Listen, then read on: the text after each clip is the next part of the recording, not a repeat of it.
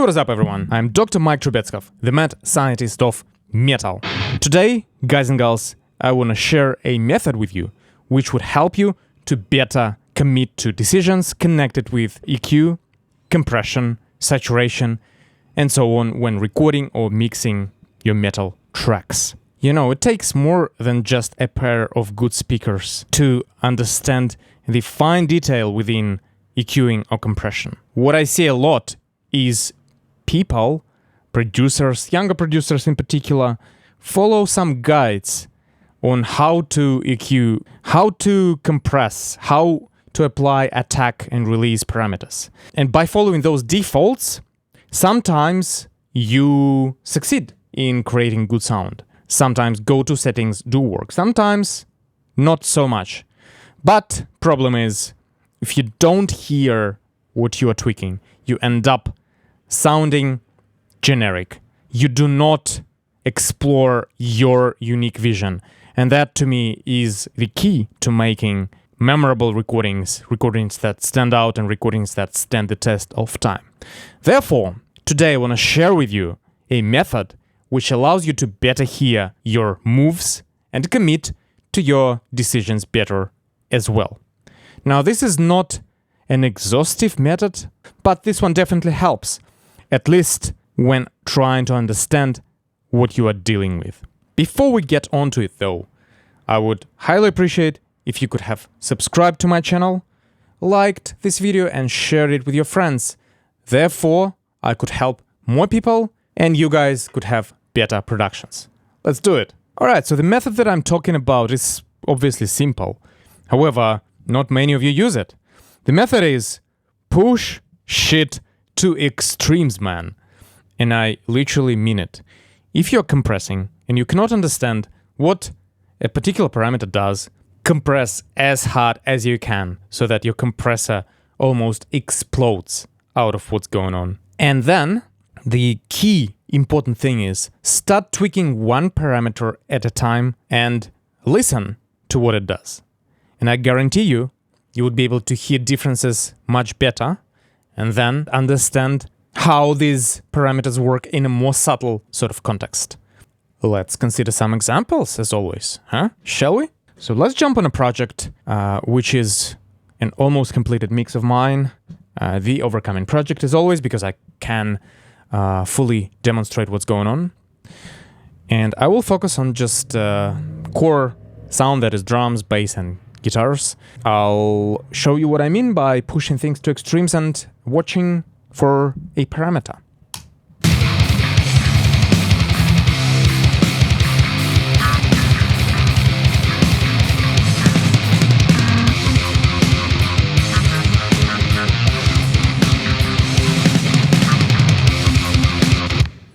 That's how the current mix sounds.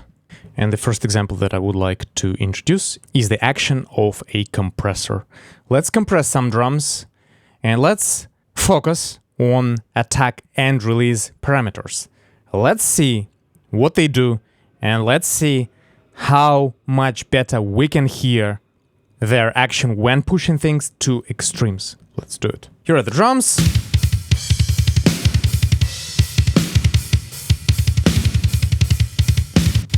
And let's pretend that our goal is to compress those drums. Which way though? We don't know. There are lots of ways to compress drums. Obviously, drum compression depends on style of music, as well as your vision. How would you like to manipulate the transients? Do you want the attack and the transients to be preserved, or do you want them smoothened out? Do you want them really aggressive, or do you want them to be more subtle and more even? Pushing compression to extremes and varying attack and release profiles would allow you to hear these in more detail. Let's do that. I'll be using a freeware compressor built in Pro Tools, that is the 76 one, obviously. And let's just start with the default settings. How does it sound?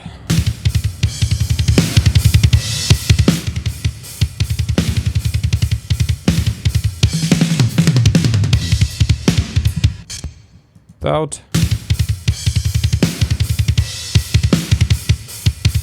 One key thing of note within this method, or any other method really, is You want to focus your attention on one parameter at a time, be it attack, release, ratio, or saturation circuit, or whatever it is. Doesn't matter. Therefore, a jump in volume that plugins introduce if you compress more by auto makeup gain or stuff like that is absolutely distracting. You cannot allow that to happen. Therefore, you need to level match between a processed and unprocessed file so that that difference in volume does not trick your thinking. Please consider that. This is super relevant. So let's do that with this compressor.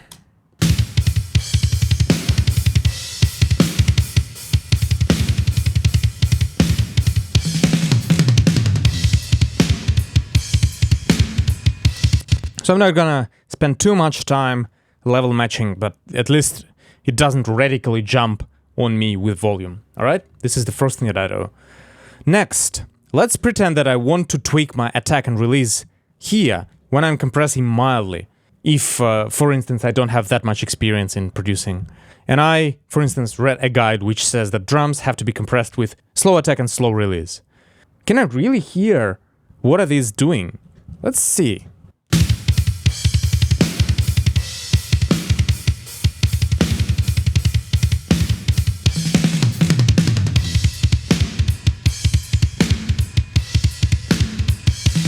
Honestly, it's rather bloody subtle. I could hear that slower attack is not affecting my signal as much as faster attack, and honestly, that's about it. So now, let's compress the heck out of it, and then see how attack and release react to the signal.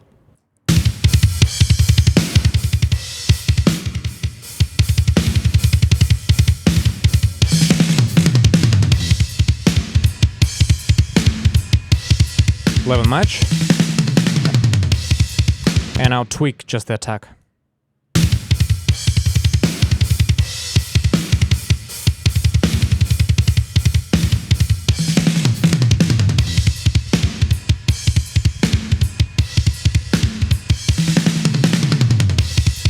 Just release now.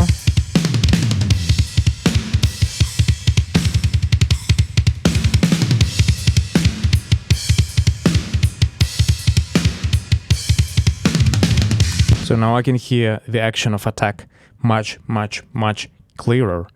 I can hear how much it smears transients when it is fast, and I can hear much more action within the slower range of attack as well, so that I'm more informed and I get more information of what this imply when using less compression.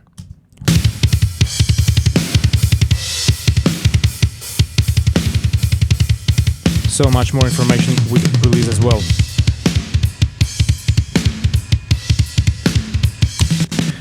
And so now I can make decisions based on my taste and based on what I prefer, either within the requirements of the track.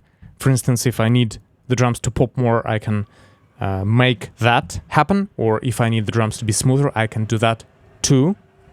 And I just have more information and I can make more informed decisions. You have seen how I applied excessive amounts of compression and then I tweaked one parameter at a time, listening to the action and the results caused by that.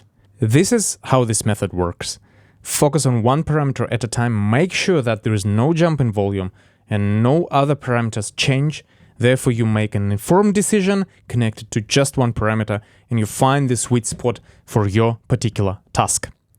Let's now focus on an EQ and do the same thing. I'll go onto my guitars.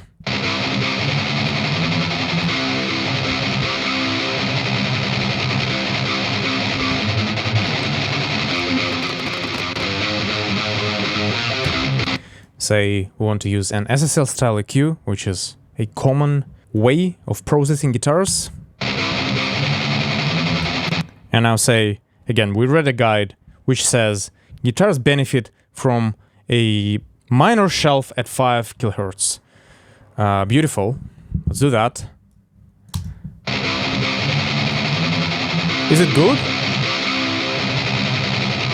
I'm not sure. What does it do? What does it really do?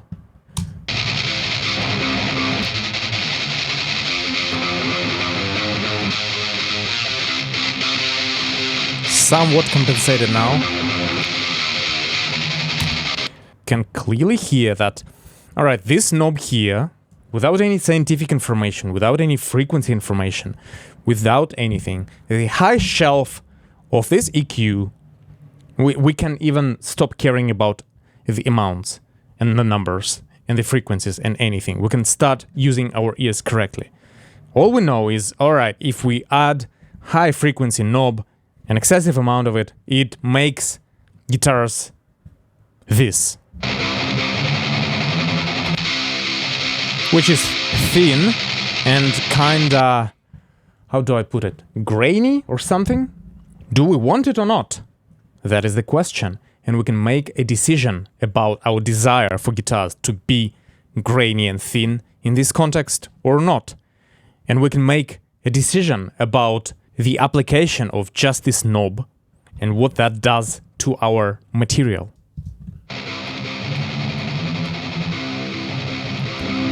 If we focus on the low end now.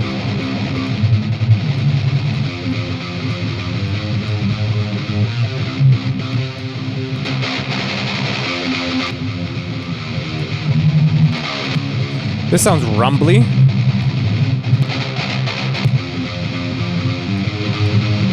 Level match, at least.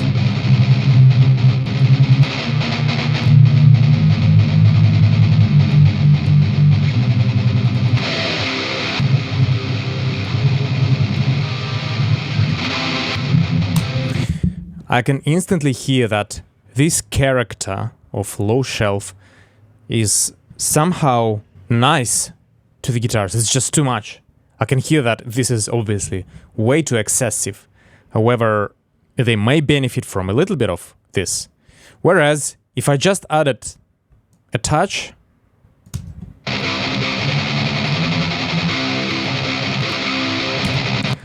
I wouldn't be able to tell whether this character is great or not. It's so subtle.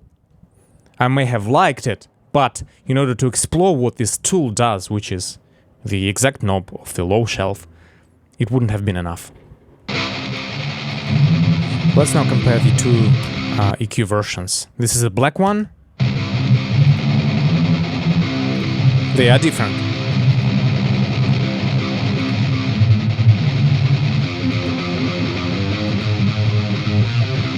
This one is kind of boomy. This one is kind of a bit warmer. And pushes the low mids forward as well. Could we tell that without pushing the EQ to extreme? Let's find out. So just add a little bit.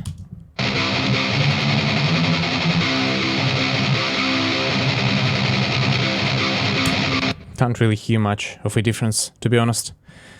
So that illustrates quite nicely on how you can understand the behavior of your tool, be it software, hardware, whatever it is, by pushing it to an extreme and discovering the action of each parameter, and then making an informed decision and informed comparison. Third thing I want to try is saturation. Let's do bass. Sounding gnarly.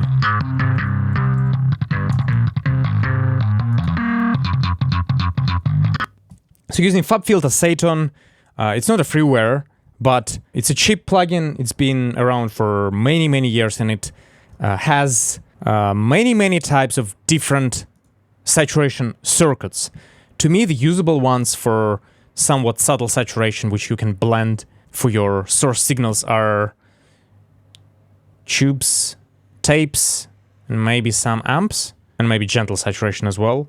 The others are some kind of special effects. Discerning between these characters, again, without pushing the plugin to an extreme, is difficult. So let's try doing that without pushing it first. Using default settings, 100% mix, flat EQ, 20% drive.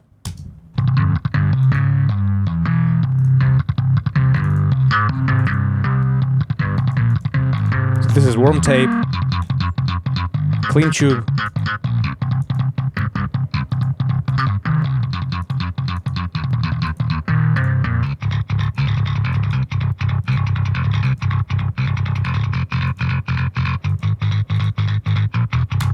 I mean, I can hear the difference because I've been using this for many years already. But again, it's not drastic. This difference is not over the top. So let's push it now and hear the action properly.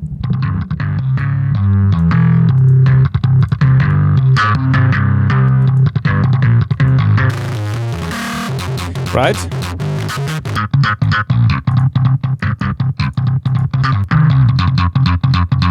So these two differ.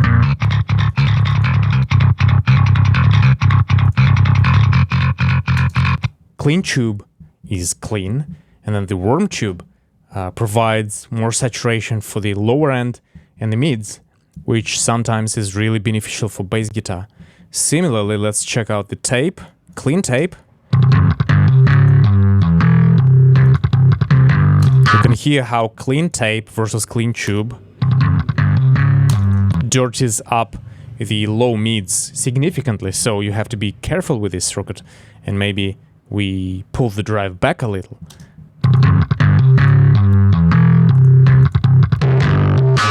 And now you can hear how old tape is a significantly stronger sort of saturation. And we couldn't do that if we used 20%. Compare old tape, warm tape, clean tape. Not that much of a difference. So I think this comparison kind of speaks for itself, and you can see a benefit of pushing your tools to extremes to understand their action and then making a decision about what they are. Obviously, the next question is, all right, now I know what my tools do. Now I know what sort of change in sound I'm getting when using different attack or release, different ratios, different types of SSL EQs, and different saturations. How then would I use it in the context of a recording or of a mix? How much is too much and how much is enough? Where is that spectrum and how do I validate that? Well, again, obviously this comes with experience, and you start to hear instruments and you start to have some references within your head of how drums need to sound in the mix or in the recording raw, or guitars or bass. But there is also a trick which allows you to do that faster, and that is validating your choices against other instruments. Let's take a look. For instance, we got our drums, we got our guitars. Have a listen to them in pairs.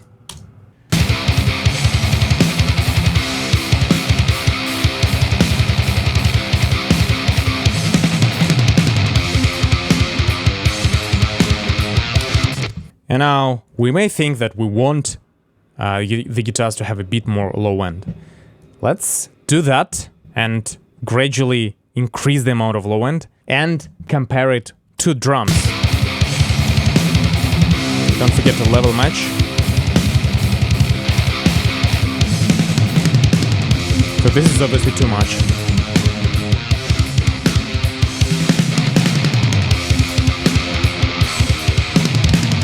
This isn't bad. Bit more presence. How much is too much? While tweaking these parameters, listen to the other instrument.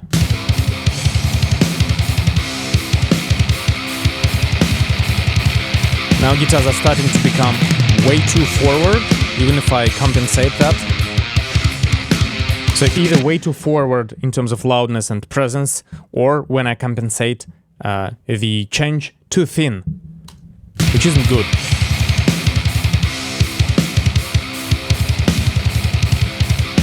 Somewhere here is good. Bit of a shelf. Listen to cymbals. Here, Can you hear how these guitars mask the cymbals so that you cannot hear this anymore? Now the cymbals are as present as they can be because there is no other information occupying their range. However, the guitars are obviously too dull, so it's a balance.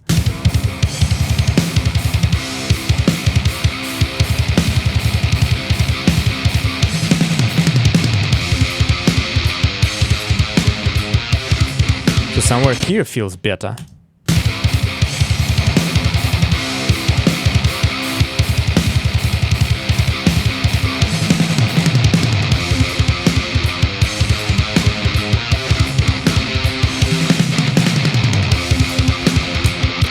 That's pretty much the way.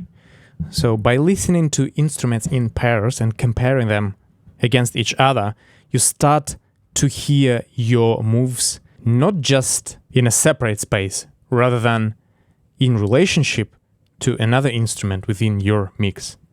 And this way you can balance things up nicely and make decisions in the context. Therefore, your balance will be better. I think this is rather explanatory, and I hope that this was useful. Please hit me up in comments if you have any questions. Thank you for watching, and until next time, happy rocking.